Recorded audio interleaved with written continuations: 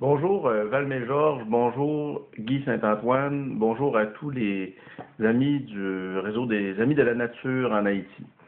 J'ai trouvé cette suggestion-là très rafraîchissante, la suggestion qui consistait à dire que il devrait y avoir des arbres de planter par toutes les familles haïtiennes, puis qu'assez rapidement on se retrouverait avec des dizaines de millions d'arbres si chaque famille s'impliquait dans ce travail-là. C'est une super suggestion, c'est intéressant au bout. Monsieur Guy Saint-Antoine, vous demandiez quel devrait être le rôle du ministère de l'Environnement dans tout ça, puis de quelle manière on devrait établir un plan de reboisement. J'ai l'impression, je vous fais une suggestion, puis j'ai hâte d'entendre vos commentaires sur cette suggestion-là. J'ai l'impression que le meilleur plan de reboisement qu'un pays peut se donner, c'est un plan de reboisement qui correspond aux souhaits concrets de la population. Puis j'ai l'impression qu'un gouvernement qui fonctionne bien, sa principale caractéristique, c'est de consulter la population. Fait que si je vois un rôle pour le gouvernement, puis pour le ministère de l'Agriculture, puis le ministère de l'Environnement en Haïti, dans un projet comme celui-là, ce serait de s'assurer que dans le plus grand nombre de communautés possibles, on organise des réunions pour que les gens puissent construire ensemble un rêve collectif de forêt. Pour que les gens puissent, ensemble, par exemple, dire quels arbres ils rêveraient d'avoir dans leur communauté. Que chaque individu puisse exprimer ses souhaits. Que chacun puisse dire, moi j'aimerais qu'il y ait des manguiers, moi j'aimerais qu'il y ait du bain-olive, moi j'aimerais qu'il y ait du nîmes. Que chacun puisse comme ça dire quels arbres ils voudraient voir pousser, puis à quel endroit ils voudraient les voir pousser. Si les gens sont eux-mêmes partie prenante dans la planification du reboisement, puis dans la description précise du paysage qu'on veut construire de cette manière-là, plus ils vont être impliqués dans la construction du plan, plus on va avoir des chances d'aboutir à un plan qui va correspondre aux vrais souhaits de la population. Évidemment, ces souhaits-là vont être diversifiés. Il y en a qui vont vouloir avoir des arbres qui vont avoir une croissance rapide pour produire du charbon de bois, par exemple. Puis il y en a d'autres qui vont vouloir avoir des arbres fruitiers. Bien, c'est l'intérêt de faire venir le plus de monde possible, c'est que justement, le plan, en étant diversifié, va correspondre aux besoins du plus grand nombre de personnes possible. Puis on va avoir comme ça plus de chances que les individus de toute la communauté deviennent les gardiens de cette forêt-là qu'on va construire. Le rôle du gouvernement me semble être surtout le suivant,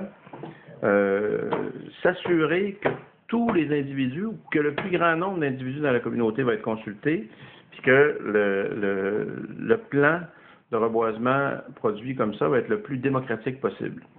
C'est le rôle que je vois pour le gouvernement.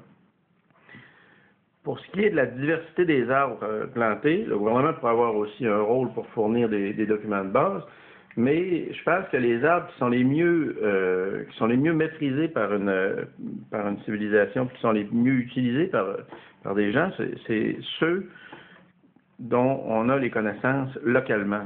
Puis je pense que pour construire votre plan de reboisement, donc dans chaque localité, il faudrait réunir les gens qui ont déjà eu des arbres, puis des gens qui s'ennuient de ces arbres-là, qui aimeraient en avoir de nouveau ou qui aimeraient en avoir plus.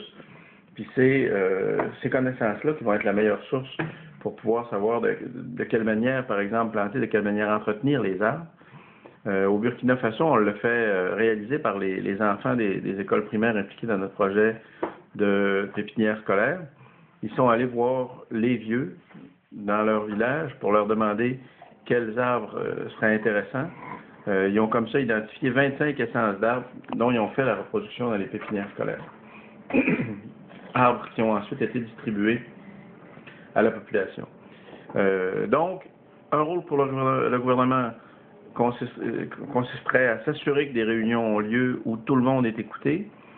Un rôle pour les gens des communautés, s'assurer qu'on va chercher toutes les connaissances que nos vieux ont encore pour savoir quels arbres mériteraient d'être plantés. Puis ensuite, un rôle pour les écoles primaires aussi, où on pourrait sédimenter ces connaissances-là, sédimenter les connaissances concernant les meilleurs aménagements des sols qu'on pourrait faire pour rendre les sols les plus fertiles possibles, que ce soit en y ajoutant du compost en y ajoutant du charbon de bois, en aménageant le sol pour qu'il conserve l'eau de pluie, en aménageant le sol pour éviter l'érosion du sol organique. Toutes ces connaissances-là devraient être sédimentées dans les écoles primaires. Puis on devrait aussi sédimenter les connaissances concernant les arbres utilisés localement puis aimés localement, de manière à ce que les enfants puissent travailler à la reproduction de ces arbres-là. Une pépinière scolaire, c'est pas très compliqué à mettre en place. Au Burkina Faso, par exemple, la pépinière scolaire qu'on a mis en place, la seule chose que le Nord a fourni, c'était des clôtures. Les enfants se sont chargés de trouver des sacs, les sacs qui jonchent le sol, probablement chez vous aussi, les petits sacs d'eau font très bien l'affaire. Il y a plein de sachets de plastique comme ça qu'on peut récupérer, plein de contenants qu'on peut récupérer dans les dépotoirs. Les matières organiques pour fertiliser le sol qu'on va y mettre, il y en a aussi un peu partout. Il y a du bétail en Haïti qui se promène, puis ce bétail-là produit de la matière fertilisante en quantité suffisante pour entretenir une pépinière scolaire. Le travail, la main-d'œuvre, ben, les enfants peuvent la fournir en apprenant dans leurs écoles comment on fabrique des petits arbrisseaux. Comme ça, vous aurez des petits arbres qui seront utiles pour la communauté, qui correspondront aux souhaits de la communauté. Pour ce qui est de l'entretien des arbres, une fois mis en terre, compte tenu que ces arbres-là vont avoir été souhaités par les gens, compte tenu que les gens vont avoir eu la chance, par exemple, de souhaiter avoir tel ou tel arbre sur leur propre terrain, ben, quand les arbres vont y être installés, on va avoir plus de chances que ces gens-là les entretiennent soigneusement, puisque les arbres vont correspondre à leurs propres souhaits. Ça donne un peu un tour d'horizon à peu près complet de ce que je vois comme rôle pour les différentes instances. Un autre rôle que le gouvernement pourrait jouer, il me semble, c'est d'avoir un suivi de la croissance de ces arbres-là pour pouvoir demander éventuellement des crédits carbone sous la norme ISO 14064.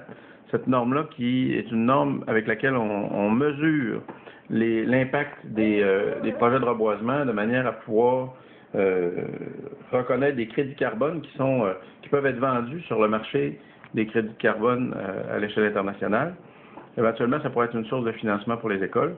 Les écoles aussi, ils pourraient se financer un peu en vendant une partie des petits arbres qui auront été produits par les enfants des écoles.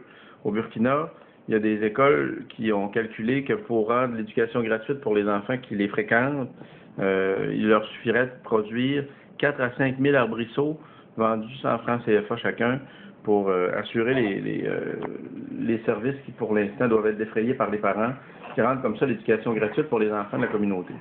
Vous pourriez probablement faire les mêmes calculs chez vous, puis arriver à des résultats un peu comparables. Tenez-moi au courant, ça m'intéresse beaucoup. Je vous souhaite bon succès dans ce projet de reboisement-là. C'est des projets que je trouve extrêmement stimulants.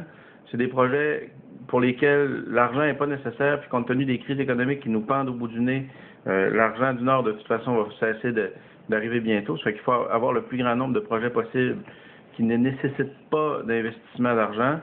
Ce type de projet-là, c'en est un excellent exemple. Puis en plus de lutter contre les changements climatiques, un fort reboisement nourricier dans les communautés permet aux gens d'assurer leur souveraineté alimentaire, ce qui est un effet extrêmement souhaitable dans le contexte dans lequel on entre. La Banque mondiale prévoit déjà que d'ici 2060, on va avoir fait augmenter la température globale de 4 degrés.